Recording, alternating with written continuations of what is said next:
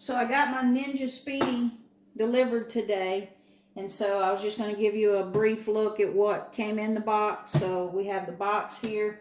What we have is a quick start guide that has some recipes and things in it. Also a care manual and an owner's manual. And just right off the bat, there is 6 meals here that is supposed to be a quick guide to get you started.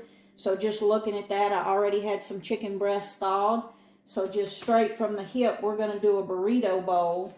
And as you can see, they've got some quick recipes and it tells you how to do that. So we've got that. And then if you open the Ninja up, what it has in it is it has the little crisper tray that you put your proteins on top. And then it's got the inside.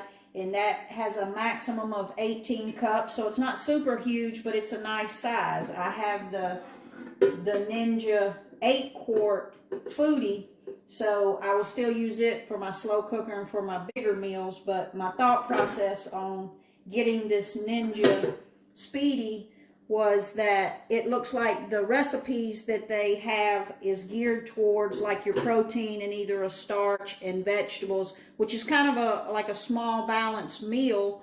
So it would, if you're trying to do quick healthy meals, it looks like it helps you out with that. So that was my thought process in buying this Ninja, was my thought that you would do the 20-minute meal in the Ninja Speedi and then pair that with either a salad or a soup each night, and you've got a balanced meal, and that will help you stick to your health goals. Again, on this channel, we are more about real food, not rabbit food, but again, about real food, skipping the drive-through.